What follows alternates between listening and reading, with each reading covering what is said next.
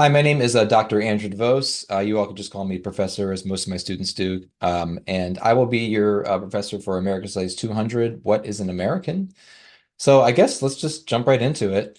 I want to begin with an overview of what I'm going to do today in our first lecture. So introductions, you're like, how can we do one-way introductions? Well, I can introduce myself to you at least, which I think is, especially important since we're not like getting a lot of face time with each other. It's nice to try to get to know people as well as is humanly possible given the circumstances.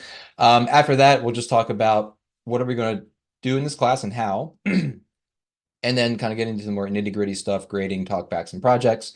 I'm going to try to spend as little time on these first parts as possible because, I know you all can read, but I'm just going to try to hit some of the high points of some of the syllabus stuff before we jump into the good stuff, which is what was this whole American identity thing? Why would we have an entire class around looking for it? And how are things like how not to be a bad student of history kind of help us do that? And then finally, for the second half, you can see the first half is practical, the second half is a little more nitty gritty. We're going to end our second half by doing a case study. So I'm going to, again, make some very, very broad generalizations about how we research and look at problems in American studies in particular, in these two sections here, American Identity 101, how not to be a bad student of history. And then we're going to just do a quick application that's kind of a preview of what we're going to be doing pretty much during every lecture, taking an issue or cluster of issues throughout American society and trying to understand them, kind of where they came from and how they still inform us now. And for our case study today, again, will be the anti-CRT movement. With introductions, so I'm an educator, writer, professional speaker, father, spiritual pilgrim, subculturalist, means I just like weird stuff, urban gardener, and diehard Baltimorean. I have a PhD from UMBC in language literacy and culture with concentrations in US history, urban studies, popular media, and the history of race. So all these interests will come into play during this course. Previously, before that, I'd kind of been all over the place career you might find interesting. I was a high school art teacher for 3 years out of college, and then I taught technology for about 4 years. And then for about 7 years, I was a tech program administrator at a school that had a lot of technology. And then I was a correctional educator, which meant I taught in prison. So I've taught about everywhere you possibly could in some ways. And then currently I'm a lecturer in American Studies and Media and Communication Studies, although I haven't done any classes for them in a while. Now to learn more about me and just to kind of give you an idea of what you're kind of getting into, I'm kind of an unusual professor, as you're going to find out shortly. I also have a little welcome video that I made for my students a few years ago. Even though it's kind of old, I think it's still relevant. You might find it interesting just to get to know about more how I approach things just in general and in this class. Check it out. Hi, my name is Dr. Andrew DeVos, but you can just call me Dr. D or simply DeVos.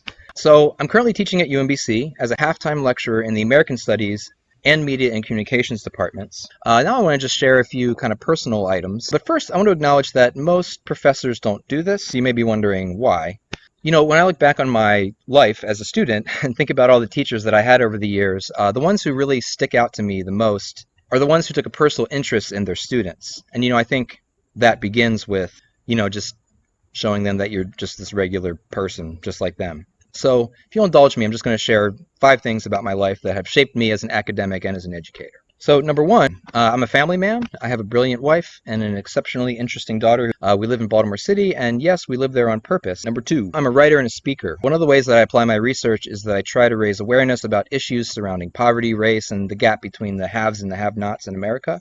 So in September 2019, I started teaching GED at the Patuxent Institution, which is the maximum security men's prison down in Jessup. Teaching in prison for 2.5 years led me to develop a real passion for the lives of incarcerated folks.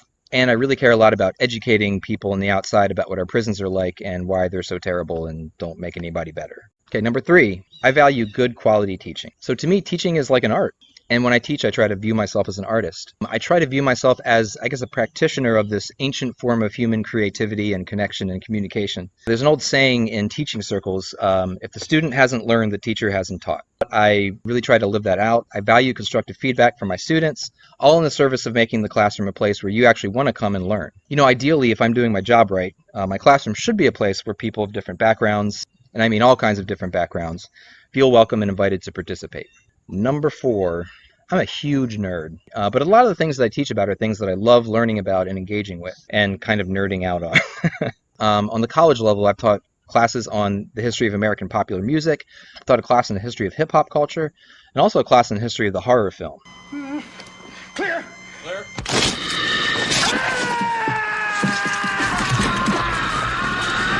So it probably won't surprise you to hear that I'm a huge music nerd. I listen to tons of music, and I'm also a huge horror movie fan. Number 5. So I'm kind of a weirdo. So I believe that the world is an endlessly strange, terrifyingly beautiful, and constantly surprising place. So very early on in my life, I made a conscious decision to walk down the path less taken, I guess you could say, and embrace the more unusual side of life. And I often bring this unusualness to my classroom, which I hope will make your learning experience interesting. Thanks. Well, I hope you enjoyed that. If you didn't, it's over. So, for our next section, we're going to talk about course goals, framework, content, and structure. So, first part, course goals and framework. Why? Like, why would we even bother? Content and structure. What are we actually going to do in this class? I want to start by presenting to you the kind of student learning outcomes from the university catalog. One goal of this class is to foster knowledge about American cultures and the values, beliefs, and experiences that give shape and meaning to the United States through an exploration of the question, what is an American? So just get deeper at this question of what that even means. Also, just more broadly, to develop skills in critical thinking, writing, oral communication, and media literacy, particularly as applied to close reading of texts in their social and cultural context. I'll explain what I mean by that shortly. And then finally, to better understand the perspective of others and therefore your own. Now, those goals are fine, but they're a little uninspiring. It's just kind of like, flat language that we write to put in like university publications and stuff like that. So I think I want to answer that question in a more kind of interesting way, hopefully. Like, so as someone who teaches class, what is my point? Why do I think this is something worth talking about and exploring? And again, just to be realistic, I fully acknowledge that the vast majority of you, when you're sitting in front of, your potential future boss interviewing for that, hot job at the new tech firm that just opened up recently, they're not going to ask you like, yeah, but can you read the meaning of the Second Amendment in its original context, right? So I acknowledge that by teaching this class, I'm not giving you like kind of hard skills that you could, write on a resume and say, I can do this. Obviously, unless you're, teaching in cultural work, then you'll have tons of things to put down. But I acknowledge that most of you will not be using this class to fulfill some specific job someday, right? So what is my point? So I'm going to kind of do the goals and make them a little more interesting. So this is course goals, DeVos edition. And I want to put these as a series of questions. Here are some questions that some people have asked recently. Maybe you've asked some of these questions. Why are Americans politically polarized into two camps, right? Why are we so divided politically? Why can't we stop mass shootings? Why does this seem to be a unique thing to the United States a lot of other countries don't have a problem with? Why does the freest nation have the largest prison system? You ever thought about that? Why are we fighting over how to teach about slavery and race, particularly in public schools? Why is American democracy in such bad shape? A lot of people, left and right, feel that way right now. What is living in America like for people who are not like me? When I put the kind of goals of the class, some of my goals in this class in the form of a question, hopefully you're like a little more interested now. Basically, in this class, we're going to be taking a lot of things that fascinate and infuriate people about American identity and really try to tell the story of it and break it down a little bit and answer not questions, using the past to answer questions that a lot of people have right now. So those are the course goals. So let's talk about framework. So how will we try to kind of meet those goals?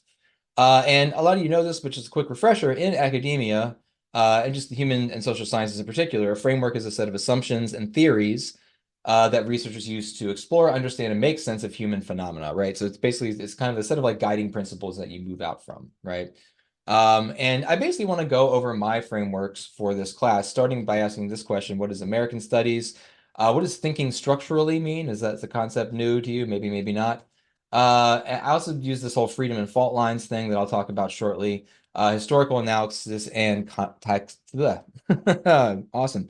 Historical analysis and text and context. And again, I'm going to try to move through these pretty briefly, but the goal of this next section is how are we going to address this question of what is an American, right? That's a huge question. How would you even begin to answer that in this next section? We'll hopefully address some of that and get a little more specific as we go. Okay, so what is American Studies? For many of you, this is your first, possibly last ever American Studies class. You probably just took this to satisfy a culture credit or a history credit, and that's fine too. So I think, yes, we are a department. We have majors and minors. We're pretty cool people, and this is what we do. We look at American culture from an interdisciplinary lens. So let me break this down a little bit.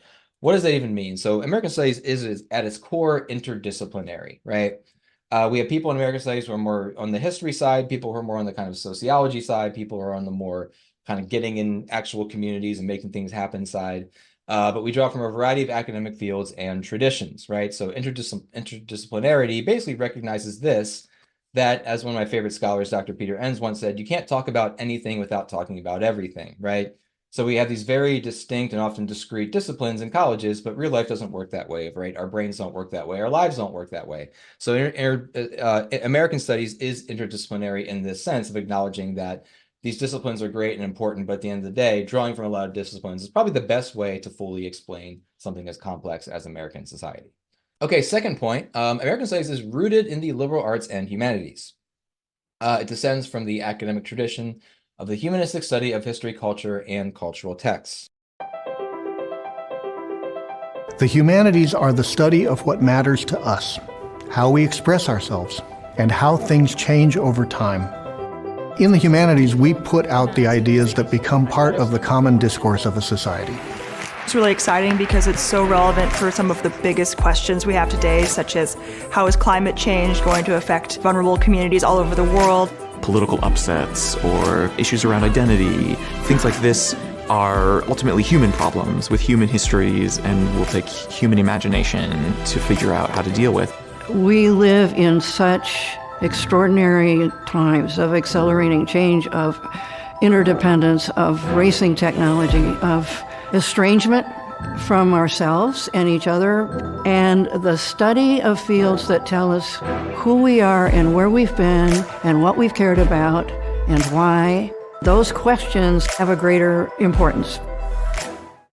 In other words, we are rooted in the humanities. We think critically analyzing human society is inherently interesting and valuable. And again, this ties into our interdisciplinarity, where we might draw from a variety of other humanistic studies to try to kind of make our case about whatever it is we're exploring.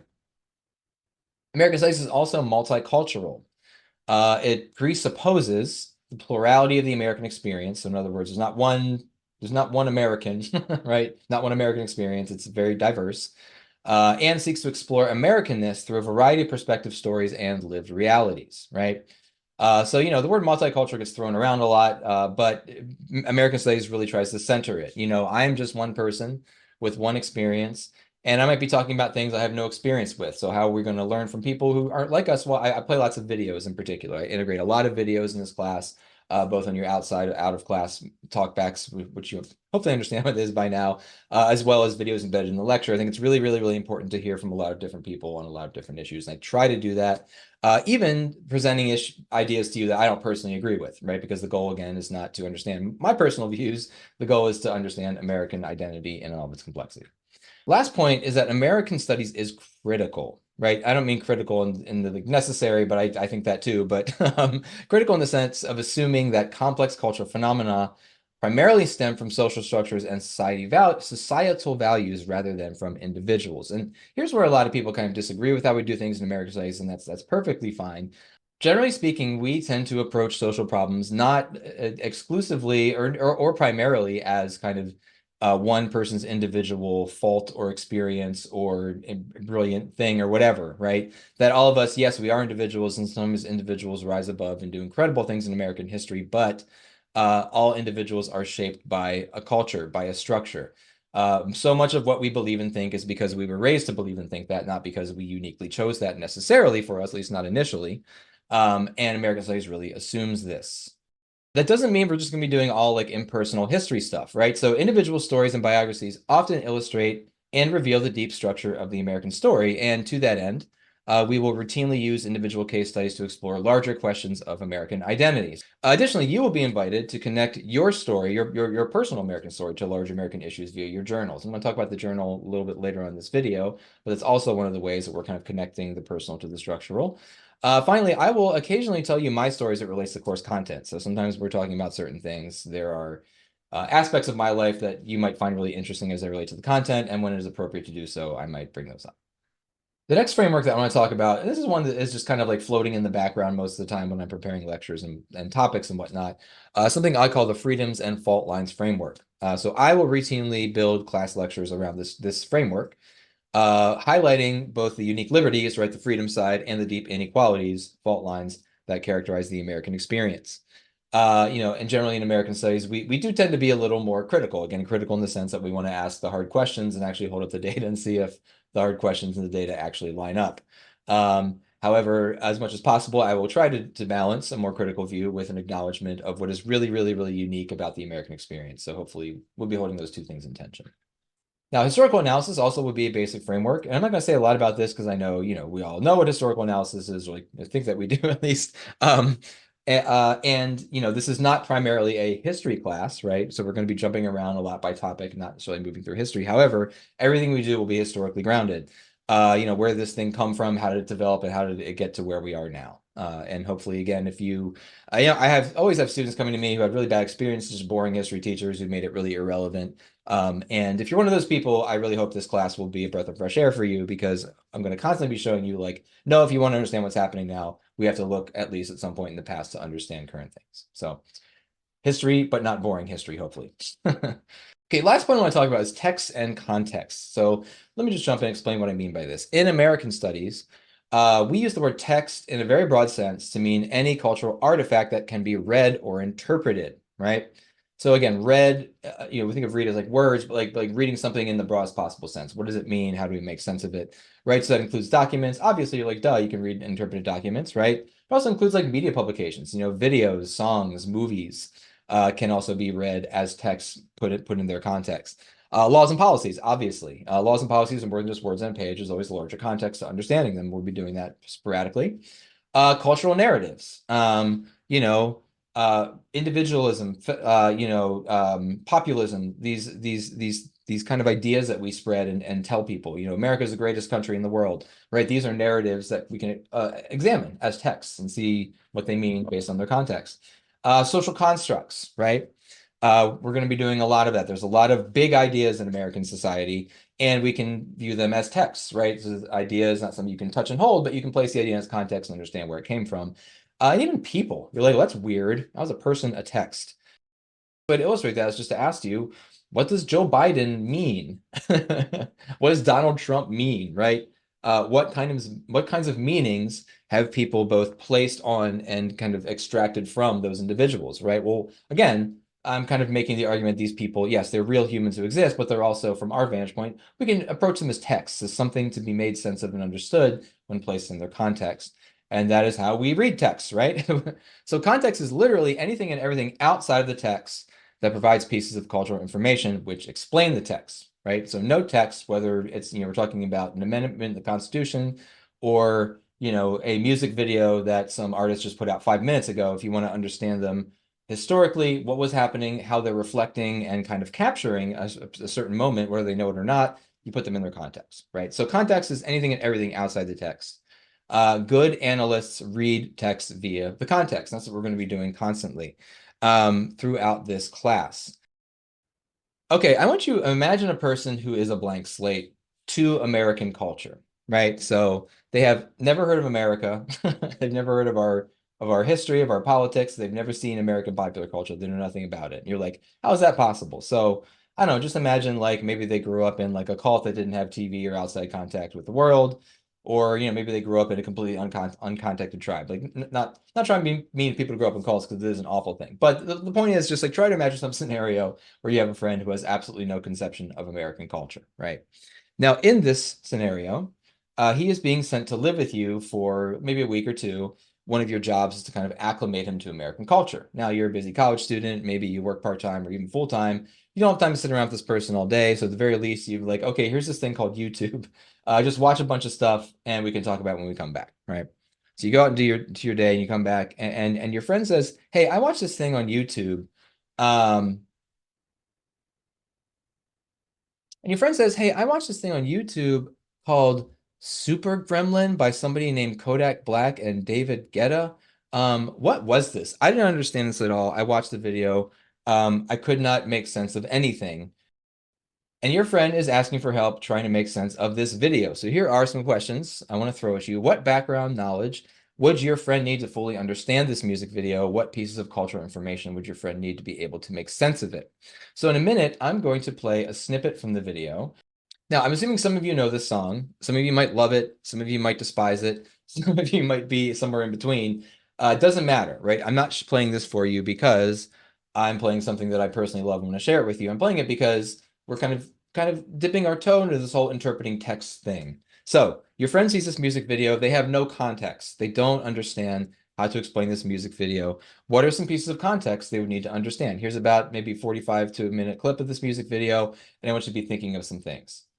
Yeah, we could be superstars, but a pressure time is up, and so we fell off the spinning tops.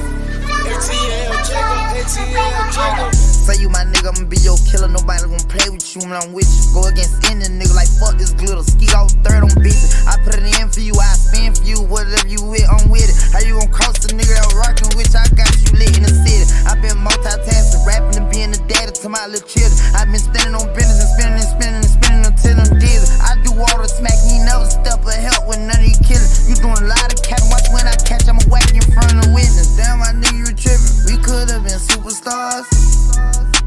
Remember when we were jacking cars? Now it's not safe for you. You switch like a pussy little bitch. Damn. Okay, now normally we would do this activity in class and I would get you to come up with some ideas, but I'm sure you have at least one or two in your mind. And what I'm going to do is just share what some of the ideas that popped up in my mind, and maybe you had some similar ones and maybe you didn't. But again, if I was trying to explain this to your friend, I would kind of want to like put the song back in its context and talk about how various pieces of that context help make it make sense. For example, celebrity culture. Your friend might live in a society where they don't have celebrities, right? They don't have media, potentially, at least not American media. This idea of certain people being important and influential simply because they're famous, which Kodak Black is certainly one of those people, would probably need to be explained. You'd also need to explain, I think, poverty, right? Hip hop music, love it or hate it, came out of a very particular context and it was shaped in very particular ways because of that context.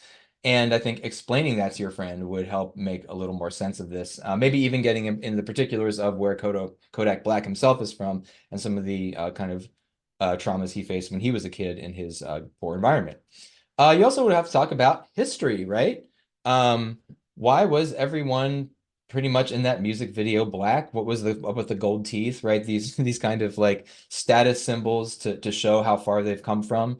You would probably have to explain all that. You'd probably have to get into our history of racial segregation and how Kodak Black is a black person and what that means and how this music is very tied into kind of racial identity as well. All of those things you probably need to explain to them, right? Also, music industry. Kodak Black is not making this music for fun. He's making it because a bunch of large corporations behind him are paying him to. And you might also want to talk about streaming services. Well, what is YouTube? What are views? What are clicks? How does all that stuff work? And I think also gender, right? I mean, just the fact that like Kodak Black himself was acting in kind of posturing in these very, stereotypically hyper masculine ways, and there was this woman in there kind of wearing, revealing clothing, and what is all that about? And why was that woman presenting herself that way, right? How a lot of music videos kind of traffic in these images of women's bodies to mostly typically attract kind of male heterosexual fans, right? So even from that one little 45 or minute long clip from that video, we have tons of context that we could riff on and present to your friend to try to help him understand this music video. So this is a preview of what we do a little bit in here. We're going to take things that history or culture or media has produced for us and use those as kind of ways to kind of track different ideas and arguments over American history. By now, even just from the last example we just looked at, but this class is not for the easily offended. We will be dealing with a lot of very challenging and difficult content, including ideas, images, and words that are racially charged, strongly anti or pro-religion, sexist, as we just saw, violent, strongly anti or pro-immigrant, vulgar or intentionally offensive, strongly anti or pro-LGBT rights, or anti-authority and unpatriotic. Now, why would we deal with all these things? Well, because if you really want to understand the depth and the complexity of the arguments over American identity, we're going to have to occasionally deal with some unpleasant topics. I'm not saying every class, I'm not saying all the time during every class, but occasionally these things might pop up, right? So I just kind of wanted to give you a heads up about that. And actually, even towards the end, we talk about the anti-CRT movement. There are going to be some difficult things that we're going to have to look at in that as well. So again, by the end of the class, hopefully you'll have a good idea of how we approach things and see if you're kind of on board or not. So with this part, obviously, we're getting more into the content and structure part of this section that we're working on. And I wanted to just kind of reflect on this. I think in my context, the context I as a professor find myself in, that I am teaching the liberal arts in a very divided America. That even the word or phrase liberal arts might be triggering to some based on your kind of political background. And because of that, I obviously I have a perspective that comes through sometimes, whether I try to suppress it or not. And I do tend to try to suppress my own perspective, but I'm a human being and I am biased like every other human being. However, these are my goals. So in terms of my classroom climate and culture, again, it's gonna be a little different since we're not seeing each other, but just in terms of my tone in the lectures, my tone through, my even the assignments and how I write them and my responses to you are hopefully molded by this. I want everyone to feel welcome, comfortable, and respected. If your opinion is one that's typically not welcome, I hope you feel comfortable here as long as, again, you are respectful and you're communicating it. I want students to feel like they can freely give feedback, positive, negative, or constructive without penalty. So I often ask my students at mid-semester what's working, what's not. And also I have ways to give anonymous feedback, which I will talk about shortly. And then finally, I want us all to agree to disagree without taking offense or feeling silence. So again, hopefully this won't be a huge issue since we are asynchronous. You will be sometimes maybe getting into some discussions in the Lino board if you choose to do so, which I think, again, leads us into our next thing, which what are the Lino boards? And I mentioned them here. So this is a quick preview of the Lino boards. Lino boards are what you're going to use for all of your talkbacks and all of your activities that are embedded into these lectures. So we're going to get to those very shortly, but I just wanted to preview them now and say, basically the Lino board is a place for people to post things. They can do it anonymously or with names. We use it every class, as I said, and I also use the Lino board as one way. If there's something that you're unhappy with that you want to communicate to me, but you don't feel maybe comfortable like attaching your name to that piece of criticism or whatever, you can put it on the Lino board for me to read and not put your name to it. So again, we'll get more into this shortly, but just as kind of talking about the classroom climate stuff, this is an important thing for me to give students a way to give me feedback if so they feel comfortable in my class. Okay, one more little piece of structure, and then we're going to get into some more, I think, interesting stuff. Whenever I lecture, I'll have a lot of slides. Not every slide you'll need to know for the exam. So when I lecture, you should look for this little blue dot in the corners. If you are taking notes during the lecture, this little blue dot is kind of saying, hey, you should specifically take notes on this slide.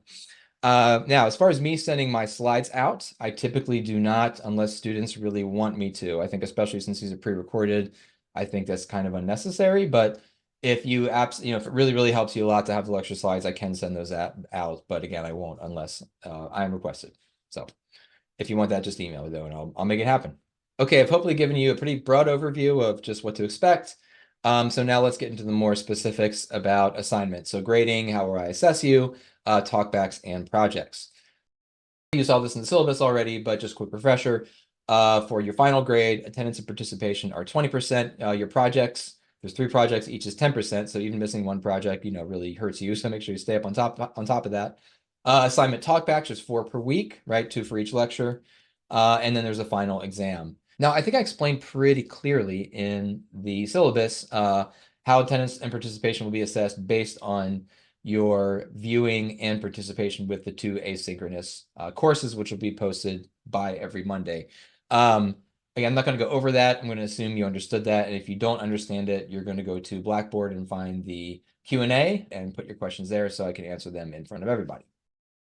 Much more about the attendance and participation. The final exam isn't really relevant yet, so I won't talk about that now. I do want to focus in a little bit on the 3 projects and the talkback assignments. And just some general global statements about that, just general late work policy.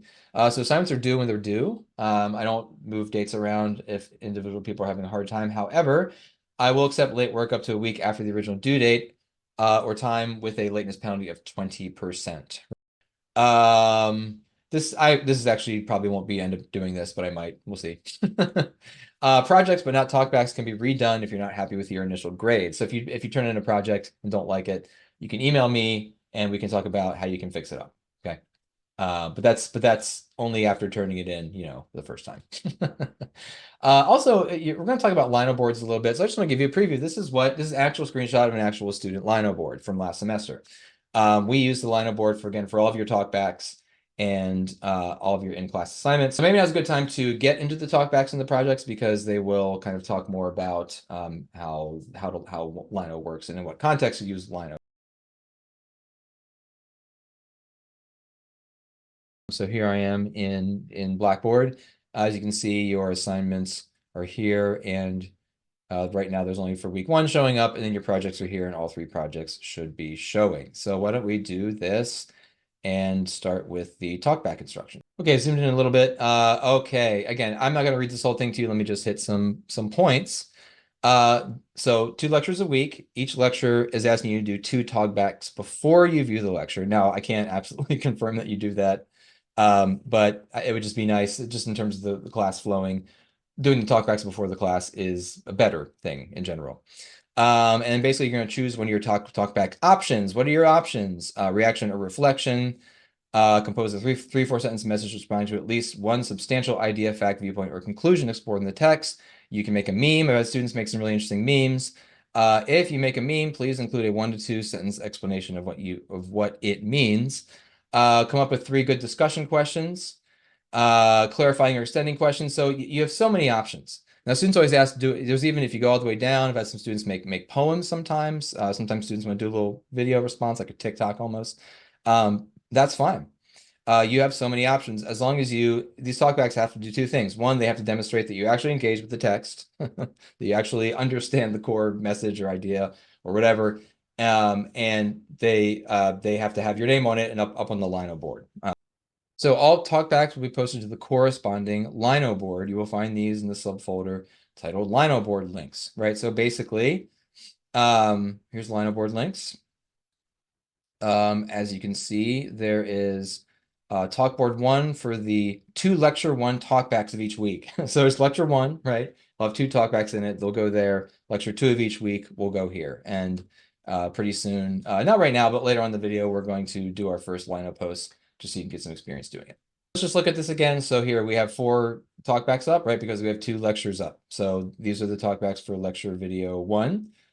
These are the talkbacks for lecture video 2. So kind of, again, taking 2 weeks worth of work and smushing it into 1 week. Okay, let's check out the project section. Now there's 5 things here, but you only have 3 projects. These are your 3 core projects: American Documentary Analysis, Museum Visit and Analysis, and My American Story Journal. I'm just going to go over these briefly and just to see if you have any questions about them. Okay, here we are in full screen mode. One way to answer the question, what is an American, is to explore the lives of important folks who have shaped and influenced American culture and society. Basically, for this project, you will choose a documentary film exploring the life of a person or group of people who left an important and indelible mark on American history.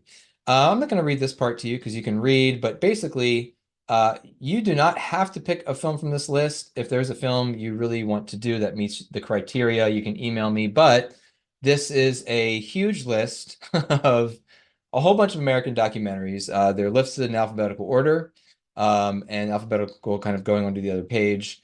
And some of these are films I've seen, some of them are films I have not seen, but I have at least read a review or 2 to kind of verify that they're worth watching.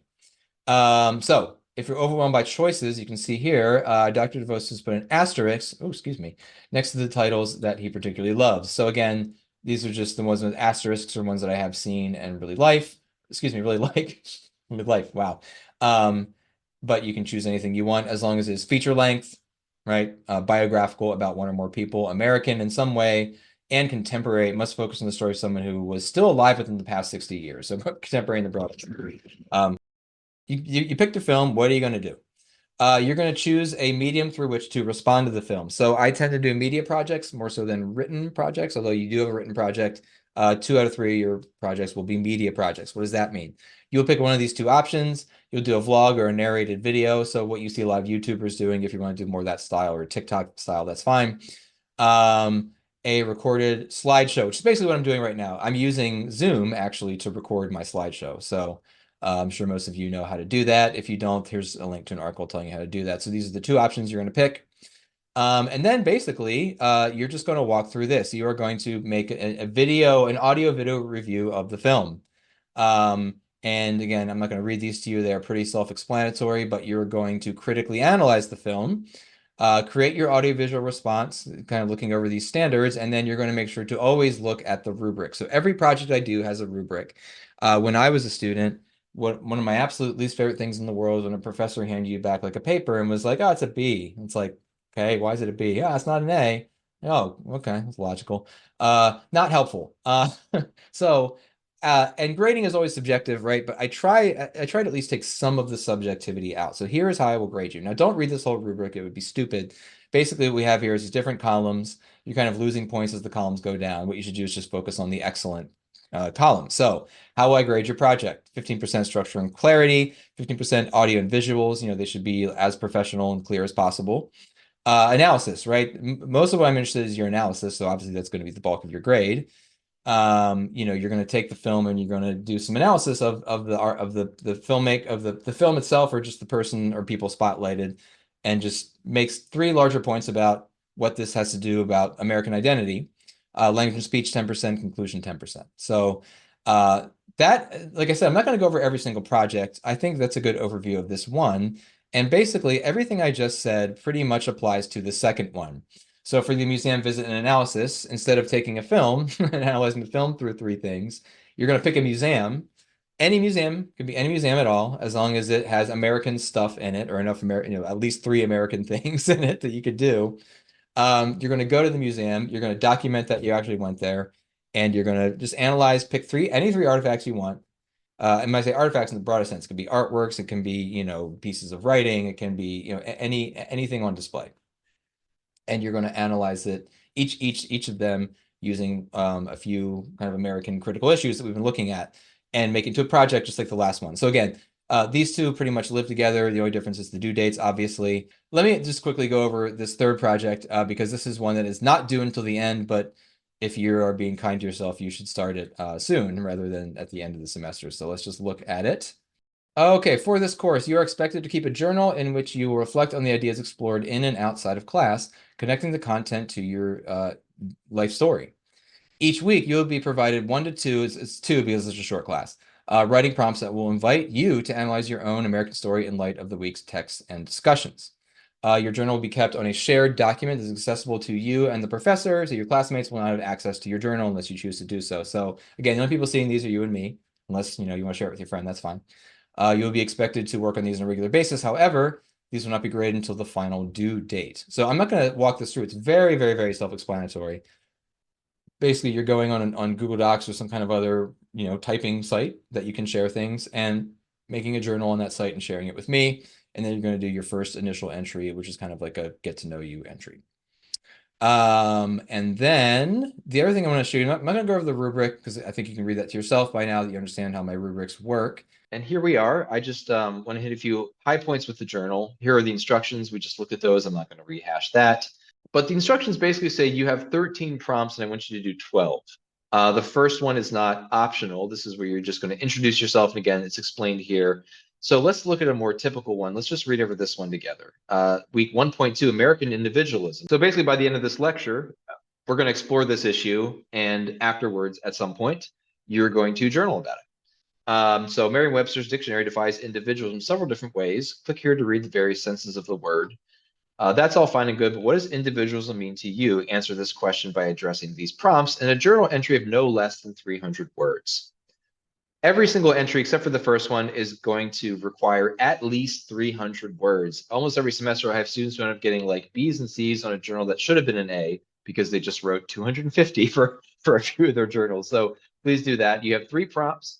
Now it's 300 words total. It's not 300 words for each prompt. So as long as your journal is 300 words, as long as you address each of these prompts, you're good.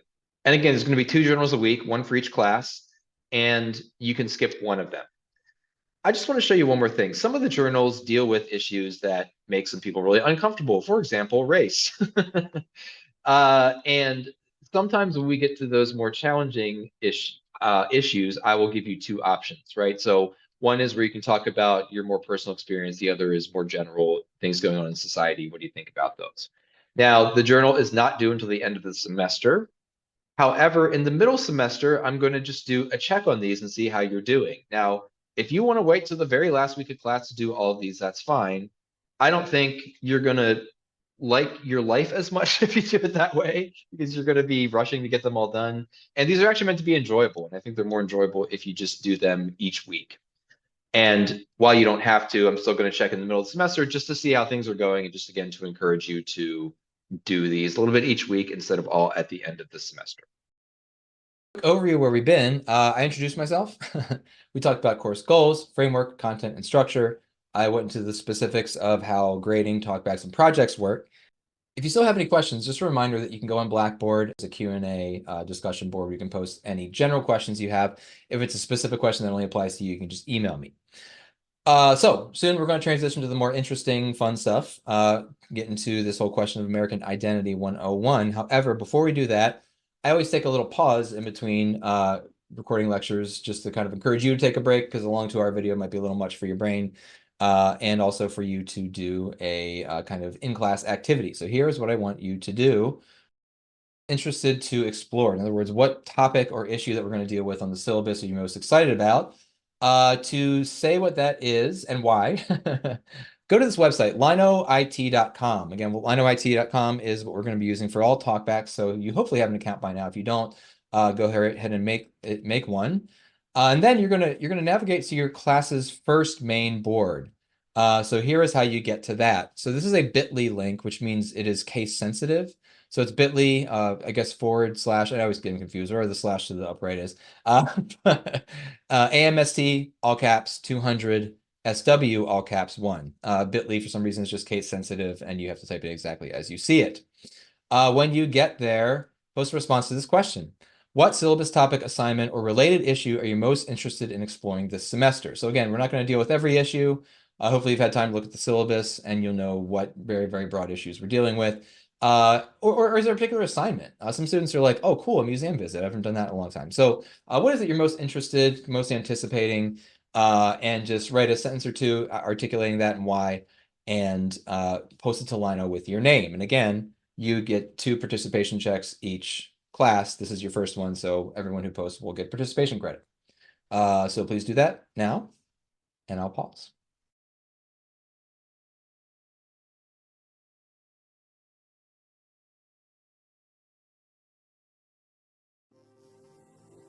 I am American. I was born and raised in America. But see, that to me is a really loaded question because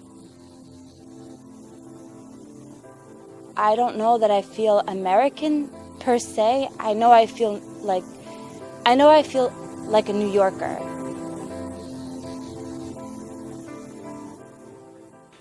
I didn't grow up under an American influence like a lot of people. I grew up in poverty. My parents immigrated here from the Soviet Union because of religious persecution.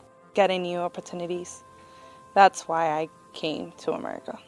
The opportunities that my parents didn't have back there are abundant here. America is not just white. America is colored people. Even though I'm a straight white male, I've always identified as somewhat of a minority because of the Jewish status, but I've always felt a little bit like a sheep in wolf's clothing rather than the reverse. For a good portion of my life, I would identify myself as, Chinese American.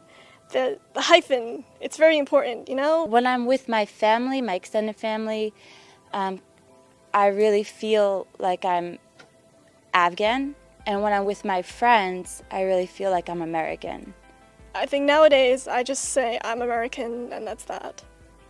I came from the Dominican Republic 3 years ago, actually. And it was a hustle to get a citizenship, to not be an immigrant. I still kind of don't feel like an American. Being American was what you'd see on TV or on the news or on sitcoms. It is something that was in another world to me and didn't always seem real. When people meet me, the first thing that comes out of their mouth is, "What are you?"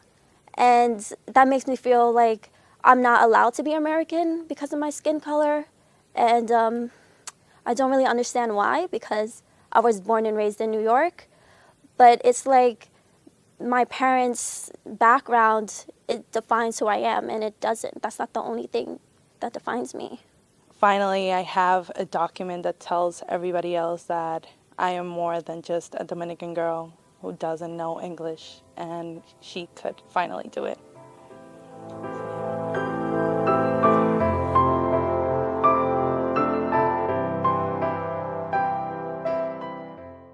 All right, welcome back. I'm looking forward to reading your posts, and now we're going to get more specific.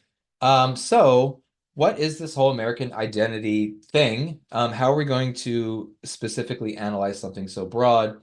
And how is kind of answering that question going to give us a preview of what we're going to be doing pretty much every class? And to do that, I'm going to start by introducing you to someone that you may have heard of. This is Alexis de Tocqueville. He was a French aristocrat, right, which means he was like connected to the political power structure, kind of wealthy, who toured the U.S. In 1830s to critically assess its embrace of democracy. So 1830s, this was roughly 40 years after the signing of, of the ratification of the Constitution. And he eventually published his reflections in this book, known as Democracy in America, this huge, like, 2-volume book that nobody has read in 100 years except for historians, but it is a really fascinating book because here's this French guy. Now, why is it significant that he's French coming over to the United States? Well, France had just fought a revolution, right? French Revolution went very differently than the American Revolution, but eventually birthed a democracy in France. And the French had patterned their revolution off of the American Revolution, and really it was like their template. So American democracy had preceded French democracy by a good decade or so. So they were really interested, and they came over here to check it out. And Alexis de Tocqueville was one of those people. Here is a little video just giving you just a broad overview of kind of what he was about. Democracy was achieved by such a long, arduous and heroic struggle that it can feel embarrassing, even shameful, to be pretty disappointed by it. Perhaps the best guide to such feelings and to modern democracy in general is a 19th century French aristocrat, Alexis de Tocqueville. For de Tocqueville, democracy was a highly exotic and new political option. He'd been born in 1805, when Napoleon was the populist dictator of half of Europe. But he presciently believed that democracy was going to be the future all over the world, and so he wanted to know what would that be like. To find out, he set out to America with a grant from the French government. He arrived in New York together with his friend Gustave de Beaumont in May of 1831, and then embarked on a 9-month journey around the new nation. After his journey, he compiled his thoughts into one of the greatest works of political philosophy, Democracy in America, published in 1835. In the book, de Tocqueville was particularly alive to the problematic and darker sides of democracy. 5 issues struck him in particular. In France, the society that de Tocqueville knew from childhood, making money didn't appear at the forefront of people's minds. The poor had almost no chance of acquiring wealth, and the tiny upper stratum of landed aristocrats didn't need to make any more money. As a result, for very different reasons, money was not the way to judge a life. However, the Americans that de Tocqueville met on his journey believed constantly that through hard work it was possible to make a fortune, and that to do so was entirely admirable and right. Money seemed to be quite simply the only achievement that Americans respected. For example, de Tocqueville observed that in America, people believed that a book that did not sell well just couldn't be any good, because the only test of goodness for any item was how much money it happens to make. Democracy and capitalism had thus created a seemingly equitable but also very flat and oppressive way for humans to judge each other. In a chapter of Democracy in America entitled Why the Americans Are Often So Restless in the Midst of Their Prosperity, de Tocqueville sketched an enduring analysis of the relationship between high expectations and dissatisfaction, between political equality and envy. He wrote, "When all the prerogatives of birth and fortune have been abolished, when every profession is open to everyone, an ambitious man may think it is easy to launch himself on a great career and feel that he has been called to no common destiny. But this is a delusion which experience quickly corrects. When inequality is the general rule in society, the greatest inequalities attract no attention. But when everything is more or less level, the slightest variation is noticed. That is the reason for the strange melancholy often haunting inhabitants of democracies in the midst of abundance, and of that disgust with life sometimes gripping them even in calm and easy circumstances." Now, Tocqueville made a lot of fascinating observations, but we are particularly interested in this one observation he made, which is this, that he started using a word, individualism, which was a newish word, not a word he invented, but a word that's pretty new on the scene, and he was using it to characterize American democracy. So let me pause there. You see there's a blue star in the corner. So if you are taking notes, this is something you would want to get down in your notes because this is pretty important. Let's push on and ask, okay, well, what was this individualism thing that he was recognizing? Well, it kind of looked like this. He was differentiating individualism from selfishness, right? They're related, but they're different. Selfishness is an old human emotion. It's been around since, as long as humans have been around. However, he was arguing that this thing that people were doing in America called individualism, this idea they were embracing, was new. And here's what he saw that was new. Americans were increasingly identifying less with society at large and more with tight-knit families or communities, and developing this attitude that society was best left to itself. So again, there had always been people who were selfish, who cared about themselves, who cared about their families primarily. However, what he was arguing is kind of like at a political level, that as America grew, as freedom and autonomy were more kind of embraced as these American values, that one of the immediate applications of that was that increasingly Americans did not identify with themselves with like the broader country, but more with their immediate community or even their immediate city or state, right? And as long as we're good, as long as our city, our state, our area, our community is good, we're not really too worried about what these other communities are like or what's happening in there. And now he argues this was a new development in kind of Western society, which was often very much focused on like what is best for the collective. So over time, the word individualism would, as many ideas do, they start small and they grow and they grow and they grow. One of the ways that individualism grew over the coming century was to kind of encapsulate the larger idea that each American is solely responsible for their own achievement and economic status, right? So this was not a view that, generally speaking, people had before. And what Tocqueville and others were noting is that this idea was developing and becoming the norm in America. Furthermore, next part of this statement, relying on others, especially the government, was a personal failing, right? So for Tocqueville and some people who came after him who were noticing the spread of individualism, this is how they identified or defined individualism, which I think we would all agree is a core American belief. Now, some might say, well, isn't every society individualistic? I mean, individualism is just a fact. It's just the fact that the individual is the smallest unit in society. It is actually not a fact. Individualism is an ideology. And in fact, most human societies, virtually all human societies throughout history, before the invention of some things we're going to talk about next class, pretty much all societies were collectivist. And again, just to give you an idea of how individualism and collectivism in American society in particular sometimes clash, particularly with immigrant families, this video, I think, will hopefully flesh some of these ideas out. From the moment we're born, we begin to develop our identities. Who are we? What should we care about? And how should we relate to all these people around us? As it turns out, the way each of us answers these questions largely depends on the culture we grow up in. One major difference between cultures in the East and the West is how they view the individual in relation to the group. Some cultures tend to place more importance on the individual. They're known as individualistic or me societies. Many Western societies, including those in the United States, Australia, and large swaths of Europe, are considered me cultures. People in a me culture believe each individual is responsible for their own well-being. Their circle of responsibility extends only to their immediate family members, parents, spouses, or children. They view their responsibility to others in society, like their neighbors or classmates, as limited. After all, they're also individuals who should be taking care of themselves. On the other hand, some cultures place more importance on the group. They're called collectivist societies, or we cultures.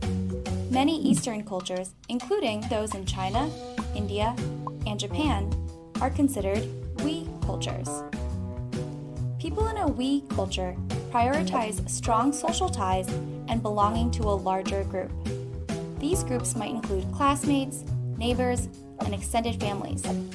They strive for group harmony and believe the individual should make the best decisions for the overall well-being of their group. If you take care of the group, they'll take care of you. So how does this me versus we difference shape our behavior? As it turns out, this seemingly subtle distinction has some surprising effects. Imagine two families each go out to dinner. The family from a me culture might consist of just 4 people, 2 parents and their 2 children. The family from a we culture would need a much larger table to make room for 2 children, their cousins, and multiple sets of parents and grandparents. At the me table, everyone would order the specific meal they wanted. When the food comes, they may trade a bite or 2, but for the most part, each person would eat their own meal.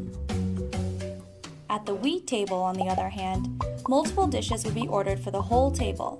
They would be placed in the center, and all members of the family would share them. Now, let's say a family member was running late. How is each table likely to respond? At the me table, people are expected to be masters of their own fate. So when teenage brother Lee arrives late, the family is more likely to attribute his tardiness to some fundamental aspect of Lee's personality, like assuming he is lazy or irresponsible. At the we table, on the other hand, they're more likely to see Lee's behavior as part of a larger context. Rather than blaming him for being lazy, they may assume external factors were involved. Maybe there was an accident on the road, and Lee got caught in bad traffic. This tendency to either credit the individual or the larger context applies to positive things too. Say Lee was coming from a basketball game where he scored a game-winning shot. At the me table, Lee would be celebrated as the hero. His individual action won the game for the whole team. In a celebratory toast, Lee would likely speak about how his hard work, determination, and focus led him to this moment. Meanwhile, at the we table, the team's overall victory would be celebrated. Lee's toast would more likely focus on how his teammates, coaches, and mentors led to the team's success. He may even mention a larger context, like the support of the team's school administration or fan base. Both of these viewpoints are true. Lee's actions secured the victory, but the team's effort won the game. There is no objective, right or wrong way to think about individuals versus groups. What works for one culture just may not work for another. Okay, I hope you find that kind of an interesting meditation on individualism versus more collectivist cultures and how they tend to operate differently. But as interesting as that is, I want to use this as a way to kind of jump off and ask a broader question. What are some other core American isms, right? If we think, again, anytime you take a word and put the suffix ism at the end, you're usually talking about a larger kind of belief system, right? So if I were to ask you, what are some basic assumptions, core beliefs, and or ideologies that most or many Americans share, and try to think of one that ends in ism, I'm sure some are popping into your mind right now. I think for me, just in terms of how I'm approaching this class, I would like to identify 5 isms, in addition to individualism, that I think are particularly important to understanding the fights over American identity that we have over the era. So this is kind of my top 5. One is individualism, which we already mentioned. Also libertarianism, for me, I think is really important. Populism, federalism, which, yes, is a system of government, but it also has a lot of ideological implications. And then mono and multiculturalism. So this is kind of, even though it says top 5, it's kind of 6, because I think you can't, for the last one, you can't talk about one without talking about the other. Now, this is not a comprehensive list of the top 5 most important American isms. There are lots of isms that didn't end up in this list that might have popped in your mind. Maybe you thought exceptionalism, maybe you thought capitalism, right? Nationalism. I mean, there's all kinds of other important isms. However, for me, I think if we're really going to start, okay, like how do we even ask the question, what is an American? I think these 5 or 6 are really important. So I just want to riff on each a little bit and also give you an opportunity to get some notes down and kind of process some of these as I speak.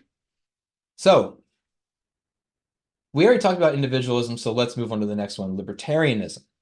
Libertarianism literally means libertyism, and it values maximum personal autonomy and political freedom. Now, I'm using libertarianism in this context in the broadest possible sense of the word. Today, when you say libertarian, you often mean a very particular kind of iteration or version of libertarianism that has become the dominant libertarian voice on kind of the right. And some even in the hard left also end up becoming libertarian, right? So it is really complicated. So in this context, so I'm using libertarian in the broadest possible sense of just like a value of freedom, I think is really helpful to understand why America makes some of the decisions it makes, right? So libertarianism plays out, I think, naturally in our system this way. It views capitalism as the best solution to social problems. So this is why often when more conservative people get in the power of a state house or federal government, they tend to cut taxes. Well, why? Well, because in this view, more liberty is better, and less taxes means more liberty for corporations to, develop the economy, right? A second point about libertarianism is it argues for minimal or minimum government intervention. And so these are just facts I'm saying. I'm not trying to, this is not a commentary, it's just a fact. America, for example, we spend less on our social welfare programs than any other kind of Western European democracy. Again, not saying it's good or bad. I'm just saying it's an example of how, in the United States context, how this deep value of liberty kind of tends to shape a variety of policies. It also arguably encourages indifference towards inequality. Now, I say arguably because this is a bit of a criticism, but I think, for example, is one of the reasons why we spend a lot less per capita in the United States on like anti-poverty programs than, places like France or Germany, etc. Why? Well, because we have this deep love of liberty, and for a lot of people, that love of liberty means keeping the government as small as possible, right? And if we have lots of inequality in a libertarian system, it's like, well, the view is often that person had the same liberties I did. They didn't use their liberties the way I did, so too bad for them. And that's often why libertarian systems tend to be often more unequal, because there's less of a will to move money around to kind of benefit all of society, right? Okay, next ism I want to talk about is populism. Populism literally means peopleism. It is a political stance that pits the common people against the elites. So there are many, many, many populist movements. Probably the one we all know is the civil rights movement, right? The movement to end racial segregation in the 1950s and 60s. More recently, we all know the Black Lives Matter movement, and also the MAGA, the Make America Great Again movement, or the Trumpism movement. So populist movements are not inherently, on one's political slant or the other. We've had populist movements of all kinds of political stripes. And I will say also, it's not like this is uniquely American. I mean, populism is a thing in most human democracies. However, in the United States, these kind of narratives, like we don't trust the elites and we know better, like tend to like be a little more powerful in the United States. I think, for example, looking at the different ways that some people, reacted to masking mandates for COVID, right? There's a populist movement against that in a way that there were much smaller versions of in other countries. So, okay, next on my top 5 is federalism. Right, federalism is the core government structure of the Constitution, and it's a system where power is shared and balanced, as you see in this picture, between national and local governments. Now you're like, well, this is kind of boring, Civics 101. Yeah, this is how the Constitution sets up the government. How does that have to do with Americans' identity? Well, here is why, I think. I think that federalism, again, this is not a criticism or, I'm not saying it's good or bad, I think it's just an observation. Our system of federalism, where we have the federal government, we have 50 different state governments, and then within each state, we have city and local and, district governments and all that. And again, not saying it's good or bad. I am saying that I think it is allowed for more belief and more kinds of government policies that often put us at odds with each other. Let me just get practical. So federalism is the reason why your access to things like abortion, your kind of what kind of gun laws you are governed by, voting procedures, and public school curricula, why they're so vastly different across the country, right? If you're living in Maryland, your kind of interaction with these 4 things will be vastly different than someone living in West Virginia, right? Now, why? Well, I think federalism is one of the reasons why. We tend to have this system that attempts to have all kinds of checks and balances in it between different kind of centers of power. And while, whether that's a good or bad thing, it has made for a much more drastic kind of patchwork quality when it comes to questions like abortion access, gun laws. It just depends on what state you're living in. And so often throughout this class, we're going to be talking about something, and I'll say, well, it depends what state you're living in. So that's why I think federalism, although it's kind of a boring physics, it's kind of a boring civics fact. It is really important to understand how it shapes questions of American identity. So here's just an example. So imagine you are living in London, England, over here, and you have a kid. The kid's in the school system, but you have to move for work or whatever, and then in the middle of the school year, you move to Cardiff, Wales, and then maybe towards the end of the year, you move to Belfast, Northern Ireland. Right. Now, every time you move within this part of England, excuse me, within this part of the United Kingdom, you can be pretty sure that regardless of what school you are in, your kid will be learning the exact same thing. In the United States, it doesn't work that way. So in the United States, if you have a child and you start your year out in some school district in Texas, and then you move to Wyoming, and then you move to, Baltimore County, your kid is going to have three completely different curricula. And this even goes down to like the state level, right? If you start your year in a Baltimore City public school and then move to a Garrett County school and then move to a Talbot County school, your kid is going to have three completely different curricula. Well, why is that? Well, because of federalism, because we have this balance of power that allows for a lot of autonomy and a lot of decisions like school curricula at the local level.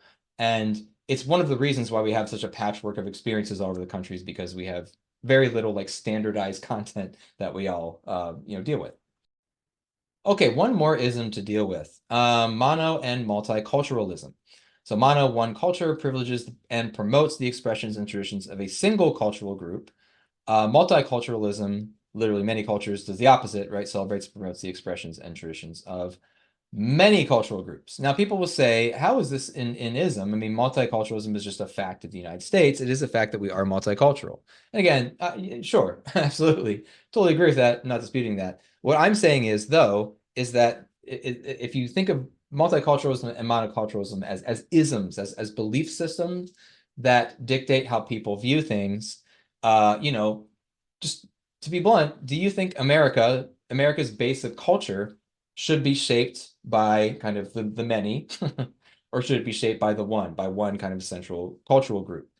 And I think the best way to contrast this is to just bring up some current kind of issues that people disagree over, and we'll look at two different statements about those issues, right?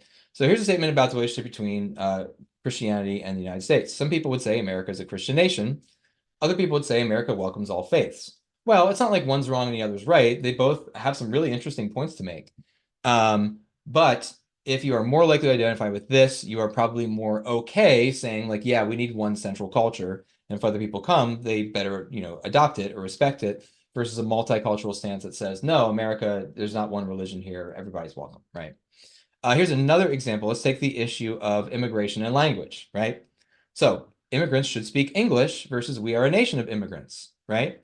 So if you are in public place and you hear people speaking in another language and you might get a little uncomfortable, you're probably more in the monocultural camp. Again, not saying these are good or bad things. I'm just trying to make generalizations about the different ways that how people view American identity can shape their politics, right? And if you're more likely to say, yes, immigrants can come, but they should assimilate as fast as possible, you're probably more of a monoculturalist in terms of your thinking. If you're more willing to say, no, immigrants can come here and they'll figure out how to get adjusted in time, you're probably more of a multiculturalist. But again, two very different views of America that lead to conflict inevitably. One more example, white men built this country, monocultural statement versus we were diverse from the beginning. So this in a lot of ways is just factually true. This country was overwhelmingly founded by, as we're going to learn next class, very powerful, well-educated white men, and that's just a fact. However, the degree to which you think that should be our central identity, that one cultural group formed this, and that cultural group should continue to kind of set the cultural tone, or if you're more willing to say, like, no, we were diverse from the beginning, we have no one single culture, right? So hopefully this makes sense. I'm just trying to give you some of the big picture, I think, ideas that are always working in the background of Americans' minds, whether they kind of notice them or not. Of course, this is not a comprehensive list, but throughout this class, whether again I specifically highlight these isms are going to be working in the background all the time, so it's good at least to have kind of a very base understanding of how they work, or at least what they are and some of the ways that they work. Okay, so we've gotten a very broad sense of some of the we kind of call like big buckets or big ideas that we're going to be kind of parsing out at various times when it comes to this question of American identity. However, before we start applying specifically these isms to a case study, I want to just make a couple of observations about history that I want to call how not to be a bad student of history. Again, history is something that a lot of us, including myself, had bad kind of relationships with when I was, in middle school and high school. I generally never had history teachers that I thought were really inspiring or interesting, or did a really good job of like connecting it to my life. And I want to start this section by asking a question: what is history? And you're like, that is such a dumb question. Oh my gosh, get on with it. Let me explain to you why it's not a dumb question, right? Because I think the way you answer this question is really important. Because history and the past are not the same thing. So the past is everything that ever happened, right? No account of the past could possibly include everything. right? So they kind of mentioned this in one of your talkback videos. Somebody asks you to tell us the story of your life. You wouldn't start with, the moment life conceived on planet Earth. Like, no, you would probably not have to start with your own conception. You would just probably start with your upbringing. Well, why? Well, because when we decide what in the past is important, that's what history is, right? History is the act of taking things from the past and putting it into a narrative. So when people select important aspects of the past and put them into a narrative, you have history. Now, I think this is important because, again, when historians use the word history and when kind of like everyday average folks use the word history, we might be using different things, right? History is not the past. History is what we know about the past and how we put that into a story. So this is the important point. All history is an act of revisioning and reinterpreting the past. Now, in our case study, one of the things we're going to be learning is that disagreements over how to teach history, how to teach history about the past, those arguments have been going on in America for a very long time. So I'm going to be putting the current debate over critical race theory in that context, and hopefully you'll be seeing that. So another way to put it, there's no such thing as objective history. Historians are humans, and humans are not objective. Therefore, every history you've ever read has not been objective. Even just deciding this is what we need to talk about, this is what we not need to talk about is a decision, right? And historians make decisions about what to talk about, and those decisions shape the outcomes of the story. And good historians, however, are people who are aware of this and try to stop it from happening. Doing history well is not easy. We all have biases that shape our view of the past. Good historical thinkers avoid presentism, which is the act of reading current values, debates, and vocabularies into the past. For example, in your other talkback you did, the one with the two videos about judging people from the past, there were different perspectives, right? Some people says, well, we should look at what slaveholders did as morally reprehensible. And others who would say, even if that is morally reprehensible, if you lived back then, you might have agreed with that too, right? That a lot of what we think is right and wrong is very, very, very much shaped by our context. And sometimes things in the past that we think are barbaric, we probably would have thought were normal, right? So presentism, acknowledging that presentism is a real thing is kind of making an argument that you should always try to understand what people think, even if what you think is disgusting. However, there's a paradox here, right? Good historical thinkers also study the past to understand and illuminate the present. This is the paradox of history, right? So the thing I want to kind of grapple with is that history is not straightforward, right? We all have biases that are going to shape what we think is interesting and relevant and important. And sometimes those biases shape what we do. And I think part of being good historians is recognizing those biases and trying as much as possible to put ourselves in the minds of people when they did and said things. And we'll be doing that throughout the class. So this isn't making sense. I think by the end of next class, this will make sense. So here I think are just some basic tips for avoiding presentism and kind of trying to make the past interesting. One is just to realize the past is a foreign country. When we talk about things that happened a long time ago, we're going to be talking about people living with value systems that are strange to us. And just like when you go to another country, you're not going to expect everyone to act like you are. You're going to try to put yourself in a mindset to receive and understand how they act before you make judgments. And that's something we should always do when we go in the past, right? Next point, embrace curiosity over certainty. It feels really good to be right about things all the time. But sometimes when we go to the past, we realize that the things that we think were right were not right back then. And I think it's more fun to be curious about how people lived than to just be horrified that they didn't believe what we did. Don't assume words today mean what they meant in the past. This is going to be really important. We're going to do quite a bit of like kind of founding document stuff because a lot of the things we still fight over stem from things established in the founding documents, the Constitution and Bill of Rights in particular. And there are words that used in there like bear arms. What did that mean? Well, guess what? It means something different to them than it means to people today. And to understand what these words meant, you have to do the work of actually assuming that when you see a word or a phrase, it might not mean what you think it is, right? Sometimes you have to do some extra work to make that word make sense in its context. Accept the possibility that yesterday's bad ideas would probably have been your good ideas. For example, when we get to the age of discovery, and slavery and all that stuff, we're gonna talk about a lot of people with a lot of ideas that we think are reprehensible. However, being a good student of the past recognizes that there are some things that we thought back then that I would have thought back then if I lived then. That people don't get new ideas until the new idea comes along, and that usually takes a while. So, and I think related to that, next tip, your good ideas may be tomorrow's bad ideas. I try really hard not to be a snob when I read history. Yes, it's very easy to look at people in the past and say, look at all the terrible things that you participated in and didn't do anything about, but 100 years from now, people might look back at us, right? Why didn't you do anything about climate change? Why didn't you do anything about the national debt and deficit, right? So we don't know what future generations are going to judge us for. So, this is why, last point, be humble.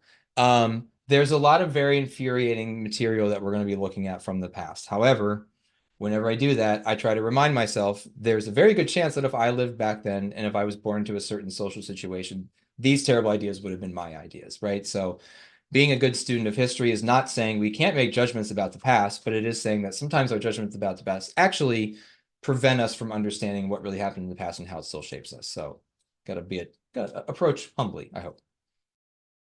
What I want to do for this last section is to really apply this stuff, right? We've been talking about all these big ideas, these isms, and how not to be a bad student of history. So how do we actually apply this? So what I'm going to do, I'm going to pick a current issue in American society, so current happening within the past few years, something known as the anti-CRT movement. I'm going to present to you as a series of texts. I'm going to play a video and say a few things about it. And then I'm going to kind of walk you through the process that we're going to be constantly doing through this class. Here's something that's happening. What are some of the roots of it? How far back do we need to go to explain it, to kind of fully account for it? And all throughout this, the isms are going to be working in the background. So as we're walking through this, as we explore this case study, try to keep these questions in the back of your minds. And I'm going to have you do a post in response to these questions. In what ways is the controversy over CRT or critical race theory really a debate over American identity? Now, notice what I'm doing here. I'm not asking for your opinion. And you probably have a strong opinion, and that's fine. If you want to inject opinion a little bit, okay, that's cool. But I'm really not interested in your opinion. I'm interested in your analysis, right? Let's take a problem right now. Let's try to analyze and understand it. And how is viewing it as a debate over American identity a helpful way to view this debate? And kind of similarly, but also as a separate question, how can one or more of the isms explored earlier help us understand this? So could individualism help us understand this? Could federalism? Could mono versus multiculturalism? So as you're watching this, try to form an ism or two in your mind that you think would help explain this debate. Okay, so here we go.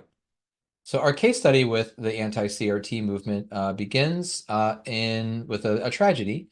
In August 26, there was a mass shooting at a Dollar General, I believe, in Jacksonville, Florida. Basically, a white supremacist who wrote a manifesto said he wanted to kill Black people and ended up injuring injuring and fatally injuring 3 and taking his own life. Shortly thereafter, the governor of Florida, Ron DeSantis, attended a vigil in Jacksonville, Florida, honoring the fallen people. When Governor DeSantis got up to speak at the vigil, he was basically heckled by the crowd. Now I'm going to play a video about it. The audio is very quiet at first, but eventually kicks in. You can hear what's going on. Thank you for doing this. I want to just say to the councilwoman, I got you. Don't worry about it. We've already been looking to identify funds to be able to help make sure there's adequate security for Edward Waters College. We are not going to allow these institutions to be targeted by people. Just know that the state of Florida stands with the community. Help is on the way. God bless you all.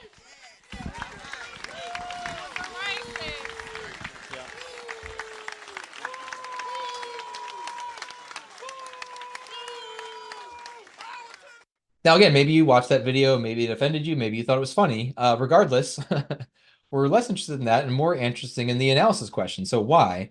What is the context for that? And I think, well, the context is something known as very broadly as the anti-woke movement, for which Governor DeSantis is a major kind of leader of that movement.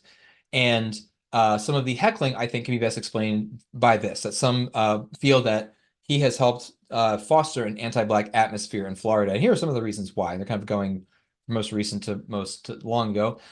Just this past July, he defended a new state history curricula that many educators criticized for softening the horrors of slavery. So this curricula was written by more conservative bent, and some people felt like it very needlessly soft-pedaled slavery and talked about some of the benefits of being enslaved, right, from learning new trades, for example.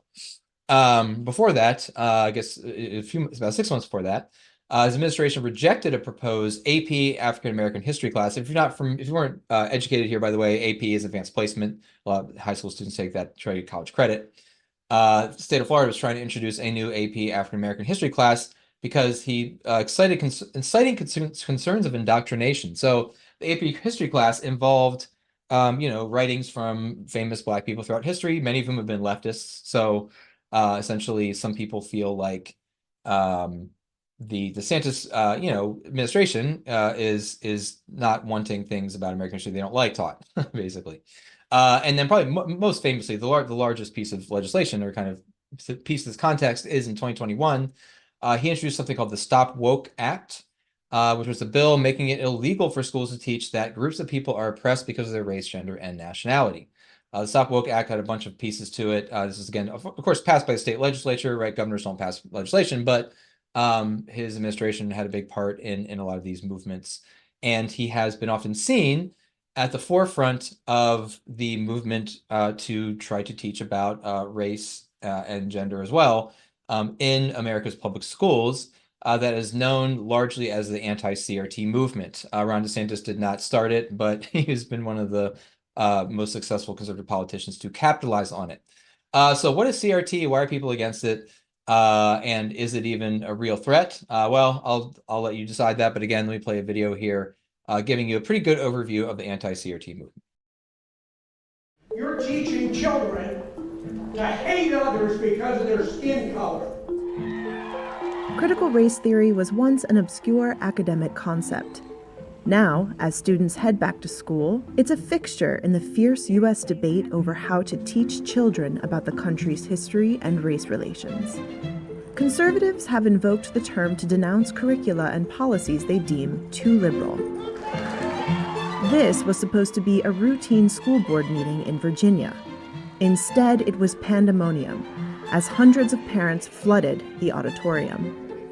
Critical race theory is anti-white, and it's not American. Let's roll back the clock to unpack what's happening.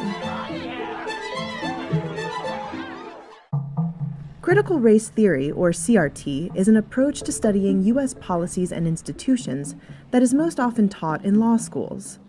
Law professors in the 70s began exploring how race and racism have shaped American law and society. The theory rests on the premise that racial bias, intentional or not, is baked into U.S. laws and institutions. The term gained a foothold after the murder of George Floyd in May 2020. Individuals and institutions began grappling with how racism persists in modern-day American society. In September 2020, conservative journalist and researcher Christopher Rufo went on Fox News to decry the anti-bias training happening in federal agencies as an example of critical race theory. Shortly after, President Donald Trump's administration directed federal agencies to cease such training, calling it, quote, divisive, un-American propaganda. Why did you decide to do that? They were teaching people that our country is a horrible place, it's a racist place, and they were teaching people to hate our country. And I'm not going to allow that to happen. Vice President Biden? Nobody's doing that. He's the racist. You just don't. President Joe Biden has since overturned that executive order. In the year since Trump's executive order, conservative politicians, parents, and right-wing media have deployed the term to denounce discussions of racism, white privilege, or diversity initiatives in U.S. public schools. Remember that school being bombarded by parents in Virginia? Scenes like this happened across the country. My youngest looks very white, so they would look at her and say, "You are an oppressor." I don't see how that's productive. I don't see how it's accurate, and I don't see how it's not going to cause society to move further apart. Would you not teach what happened during World War I or World War II or the American Revolution? No, you wouldn't. We need critical race theory because we need real history. At least 8 Republican-led states have passed legislation restricting how the concept of race can be taught. In Tennessee, a new law was passed in May that dictates lessons cannot make students feel, quote, discomfort, guilt, or anguish because of their race or sex. Public school districts across the U.S. in liberal and conservative counties alike have insisted that they do not teach the theory. Reuters spoke with 2 Tennessee teachers who say they and some of their colleagues are unsure how to teach accurately about slavery and other painful chapters of American history without violating the new law. Okay, so again, how do we explain the anti-CRT movement? You probably have a strong opinion about it, and I'm not asking you to kind of set that opinion aside. I'm just asking you to focus less on your opinion and more on your analysis. So how do we explain this, right? What kind of larger American isms and pieces from history do we need to understand it? And basically what I'm going to be doing in this next section is giving you what I think are the important pieces of the context. And again, I'm doing this for a variety of reasons. One of them being this is kind of a preview of how we're going to be doing things every day in this class, and the way that I'll kind of set up the history to kind of demonstrate how, no, history is not boring, it's really interesting, and you can use it to tell where we are. The second reason I'm doing is because I want you to get a little bit of practice. So if the anti-CRT movement is your text, right? Again, whether you agree, disagree, or somewhere in between, regardless of your personal opinion, if we just approach the anti-CRT movement as a text, and we wanted to use context to explain it more broadly, that's what I'm going to be kind of demonstrate for you today. And as you're doing that, be thinking of your isms and be trying to connect at least one of those isms to the story I'm about to tell. So here we go. I believe this story starts here. As we all know, America had a system of racialized slavery. Now, as we're going to learn, what does racialized mean? Well, humans have been enslaving each other for a long time. America's system was unique in that it was exclusively racialized to one kind of group of descent, right? People of African descent in particular. We'll talk about later why that's important, but that's all we need for now. So we also know that, before the Civil War was fought, that the United States, which was still expanding, as we can see, some of these are just territories yet not states, but the United States was divided over the issue. Overwhelmingly, the states who supported slavery were in the South. Overwhelmingly, states who didn't were in the North, and eventually that led to a conflict in which the South left. I'm not going to talk about the American Civil War. I'm assuming you have some broad background for that. But what I do want to talk about is that something came out of it known as the 13th Amendment, right, which ended slavery, neither slavery nor involuntary servitude, except as a punishment for crime. So basically, that's why we can imprison people. Or any place subject to their jurisdiction. Congress shall have power to enforce this article by appropriate legislation. So basically, slavery's over, Congress can enforce it. One of the immediate ways they enforce it was by basically occupying the South. So there's this period of roughly 15 to 17 years, depending on what part of the South we're looking at, in which Northern troops essentially occupied the South. Why? Well, because the 13th Amendment guaranteed that nobody could be denied basic rights of citizenship because of their race, and for a very brief period of time, Northern troops were enforcing things like voting rights for Black people, which they had not had in the South previously. Now, you're probably like, I already know all this. Here's what you probably don't know about. At the same time this was happening, there was something known as the Common School movement. So common schools were kind of the first step towards our public school system. Basically, common schools were sometimes they were free, sometimes they cost a little bit, but it was an early attempt to try to educate everybody. And when you signed up for common schools, and again, some states had them, some didn't. Eventually, all states adopted them, and eventually the public school system came out of this. But if you were to attend a common school, you typically was in one room, often people of different grades, and typically you learn things like you learn now. You learn math, reading, grammar, and history as well. And if you were, attending a common school in the United States, you would read United States history, right? Because pretty early on, people started producing accounts, articles in newspapers and eventually books about the history of the young United States. Now, here's the thing. We've all heard this phrase before, but history is often written by the winners, right? Typically, the people who are running the show in society tend to put them in the best possible light in the ways in which they are portrayed. And just as an example of this, I attended a small Christian school growing up with history that was written from a very, very, very particular perspective. One of the things I was told was that maybe starting with this picture over here of Abraham Lincoln, yes, slavery was terrible, but it was white people who ended slavery, so like we shouldn't be too hard on white people because they took responsibility for it, or slaughter of Native Americans, as I was taught growing up, was like, well, yeah, it was bad, but like God had kind of guaranteed us that land and we were just doing God's will, right? So we're all familiar with this concept. History is written by the winners, right? When people tell their story, they tend to put the people that they respect and like the most at the center of that story. Now, again, if you were lucky enough to attend a common school back in the day before public schooling was more, widespread, And you learn history, you were probably reading history that was written by mostly and for white men, right? And now, just objectively speaking, white men have often been at the center of American history, but the important thing is that for much of the way that people were taught America's history, white men were writing the history and white men were often centering themselves, right? So who wasn't at the center of US history? Well, a lot of people who are now, often when we tell it, women, Native Americans, Black folks, right? It's not that the history as it was taught for a long time, including history how I was taught, it's not that these people didn't exist, it's that these people had kind of bit parts in this larger drama of kind of white men, kind of conquering America.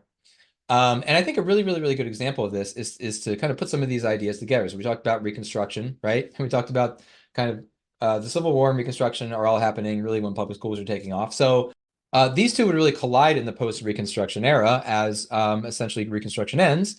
And Black people in the South are being subjected to basically white terrorism in the form of things like the KKK and basically the use of things like mass incarceration to keep a lot of Black communities under control, who had for this brief period experienced political power into Reconstruction. After Reconstruction, or basically all across the South, things are sent back to the way they were before slavery, minus being legally to enslave people, and basically any rights that were won during Reconstruction were quickly taken away.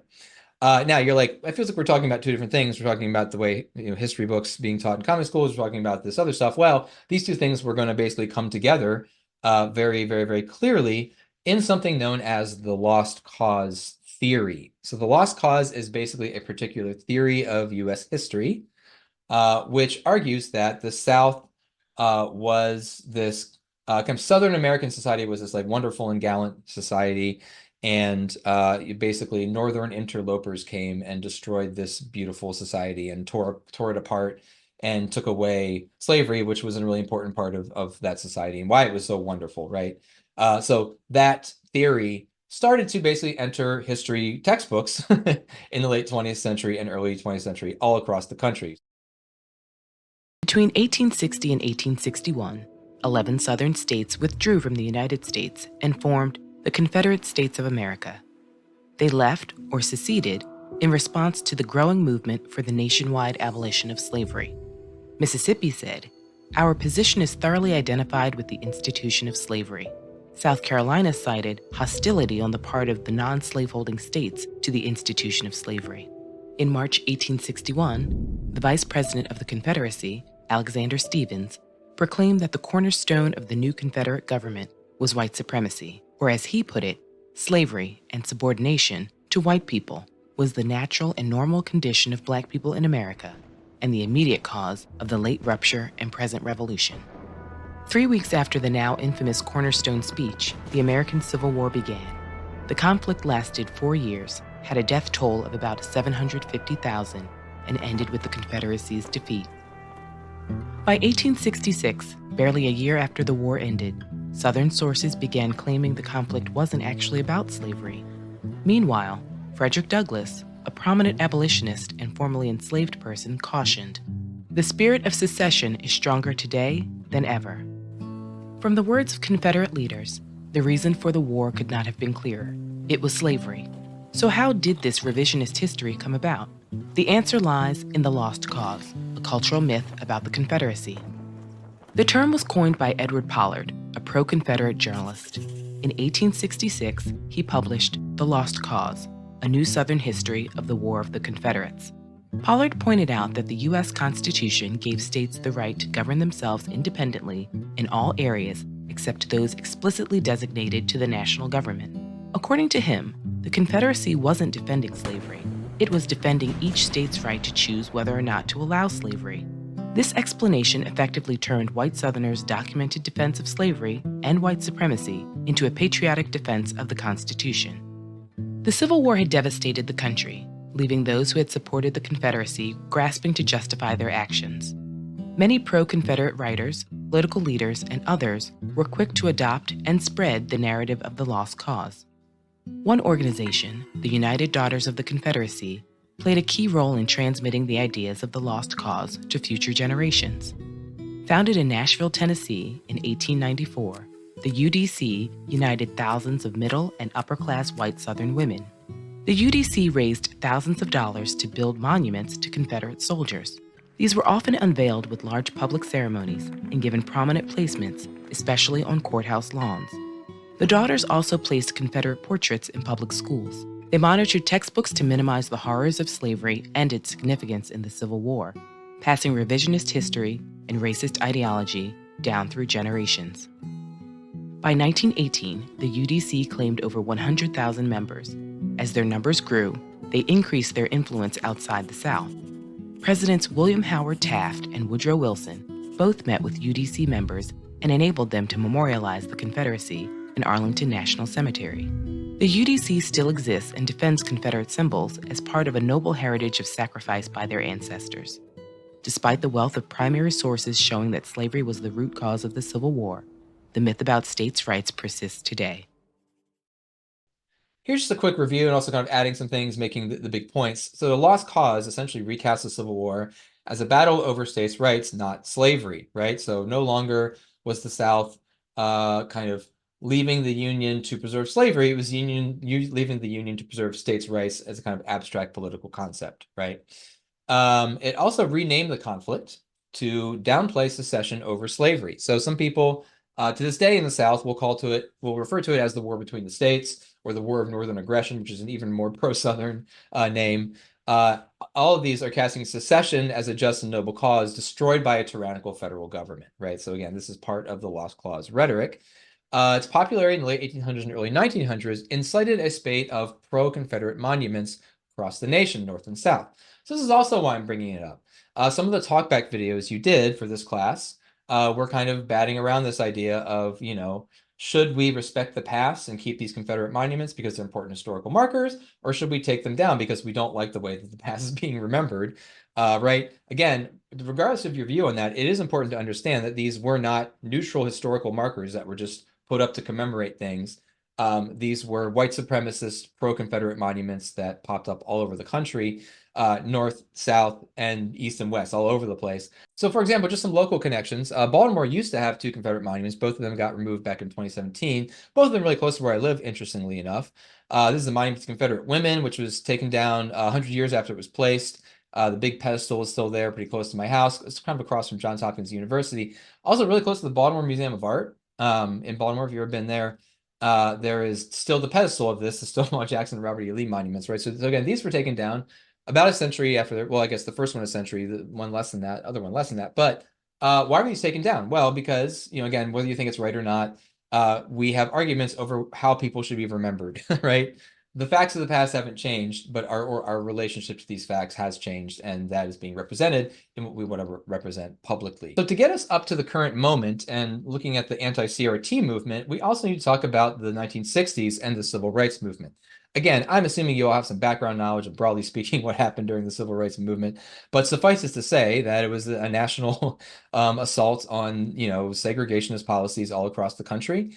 And it resulted in significant changes, both at the kind of level of the Supreme Court and the federal government in terms of Black rights and race and things like that. The Civil Rights Movement did a lot of things. One of the things that I'm sure you all are less familiar with because you're not nerdy academics is that in the wake of the Civil Rights Movement, particularly starting in the 1970s, these kind of national calls to pay more attention to race, to pay more attention to the kind of histories and stories of people who are kind of on the margins, had a lot of success across the country in starting various, you know, studies programs. So, you know, Black studies, women's studies, which now has, you know, been expanded to, you know, gender, women's, and sexuality studies. American studies actually really kind of didn't come right out of this era, but was really strengthened in this era. So all across the country, various groups of people are saying, well, you know, the royal you have not done a good job telling our story, and we think our story is not going to get told unless we start taking control of it, right? And this is really where you know, people start arguing for the inclusion of women in how we tell the story, and people with disabilities, Black folks, Asian American folks, etc. Also during this era, you have the emergence of something known as critical race theory. So it was largely developed by Kimberly Crenshaw, and they kind of mentioned it in the video, but here's a quote from her just to get a gist of what she was about. Inequality is a problem that we need to redouble our efforts to solve. That might mean having difficult conversations and being honest about how we're not all similarly situated in the institutions that we're in. Essentially, critical race theory came out of the legals or kind of like law studies. And it was basically a bunch of, mostly black lawyers and law professors saying, race has really shaped American law, and part of critical race theory is acknowledging that and going back and trying to tell the story of American history or law or policy or whatever, while including race into that discussion. And, out of that, I think you all don't realize how much how much material there is out there. Like if you're like, a racial minority or something, there's so much material and writing and thought out there that just didn't really exist, right? So this is one of the legacies of the civil rights movement, was just more and more people publishing books, both on a kind of popular level and an academic level, for people who want to talk about how racial identity shapes various systems. And that's really what critical race theory was about. Now, however, critical race theory was not taught in public schools, has never been taught in public schools, and people hadn't started yet talking about it in the public school context. However, there were, throughout that era, especially in the 1990s, a huge kind of controversy over this. Why? Well, what happened was, all the people have been left out of this telling of the story. Women, people of color, people with disabilities, sexual minorities, etc., started coming out and saying, "Hey, we existed, we have a story, we have a history, but you're not telling it." So I think what we need to do is go back and look at what history you are. Again, history is selecting what is important. So let's look at what you've selected as important, and let's try to diversify it so that we can represent as many people's experience as possible, right? And in the 90s, the federal government, under the U.S. Department of Education, supported the rewriting of national history standards, which were voluntary. I mean, states, again, federalism thing, states could accept them or not. But a lot of people were unhappy with this, right? Because anytime you change the story, right? Anytime you say, well, this is how we told the story, and then you're like, well, we need to retell the story because these people were left out, somebody's going to get upset. For example, for those who don't know Rush Limbaugh, I'm sure you all know, people like, Ben Shapiro, Candace Owens, Tucker Carlson, these very influential kind of right-wing media personalities. That really wasn't a thing back then. And this guy, Rush Limbaugh, really started that. So he got really big in the 1980s, kind of courting a lot of kind of angry conservative people and evangelical Christians as well through his radio programming, and eventually had a television show too. It was just him talking in his radio program. But basically, we all know kind of really influential right-wing media figures. He's kind of like their grandfather. He really kind of invented the formula. So he was one of those people who took up this cause and started saying things like, well, the liberals and the feminists and the black people and these other people that we're not really excited about kind of helping tell our story are now trying to hijack history and make it about them. And they're changing history, right? And that actually led to a movement, not quite as big and not quite as vocal or effective, but still a movement in which kind of across the country, more conservative people were standing up and saying, why are you changing our history? The way we've been teaching it the whole time, it has been fine, right? Now, this is pre-internet, so this did not get, I think, as big a movement as it could have been if it had happened now. But again, just to say that for a long time, we've been debating over how to tell our history. This is not something new. However, what is new is in starting in really 2014, 2015, Donald Trump started amassing a huge following known as very broadly MAGA, or the Make America Great Again movement. And a lot of what MAGA then and now has been about is pushing against a lot of perceived kind of liberal, I guess like abuses and going too far in shaping the culture away from a more conservative vision. And this is really where the anti-CRT movement came from, right? It was, again, there had been this background for decades of more conservative people fighting over how history is being taught. So this was just kind of like the second coming of that in a lot of ways. During the COVID-19 shutdowns, a lot of parents got to see what their kids were learning, and history, and in particular history and social studies and English classes even.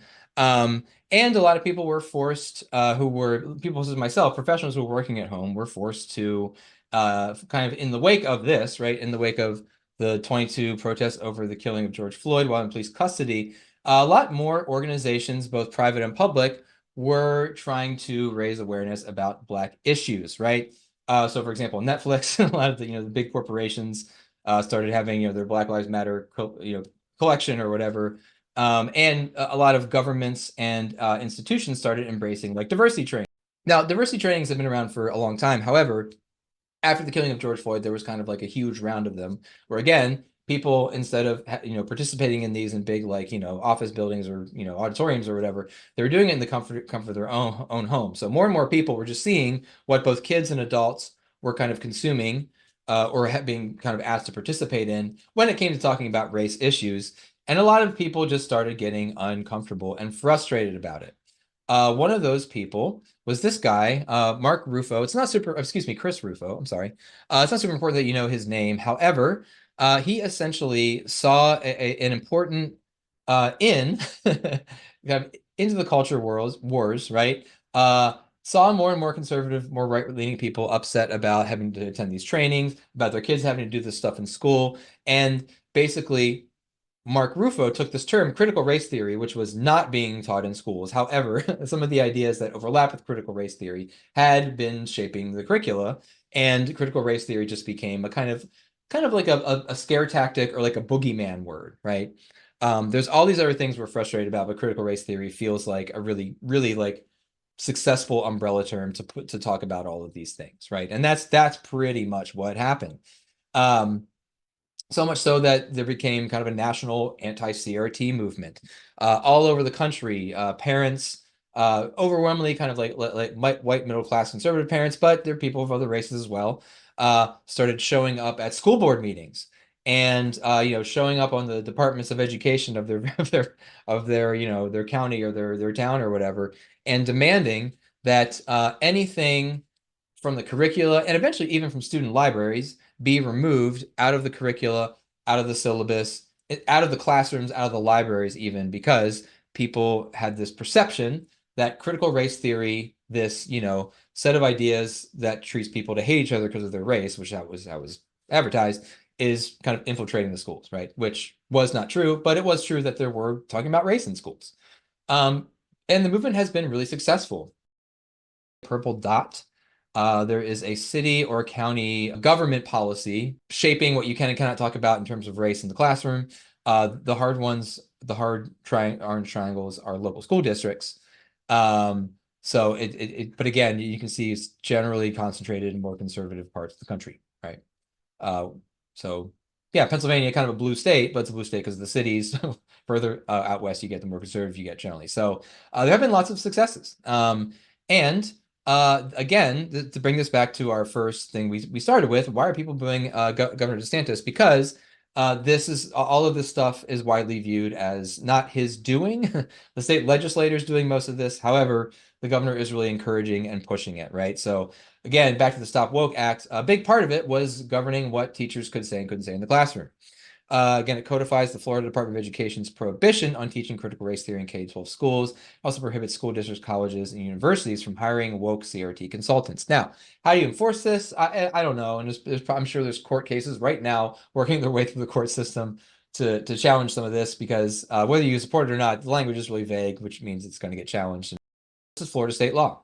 Now, again, regardless of your opinion on it, we're going to try to shift away from opinion and just try to strictly look at analysis, right? So in what ways is the controversy over CRT really a debate over American identity? And again, I provided you with some historical context so you could say, this is not the first time. It happened in the 90s, right? It happened with, after the Civil War and Reconstruction.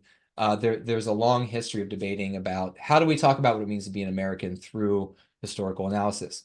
And secondly, how can one or more of the isms explored earlier help us understand this? So pick one of those 5 or 6 isms and just say, like, okay, we can analyze the text of this critical race theory debate through this piece of context, and it helps us understand it better.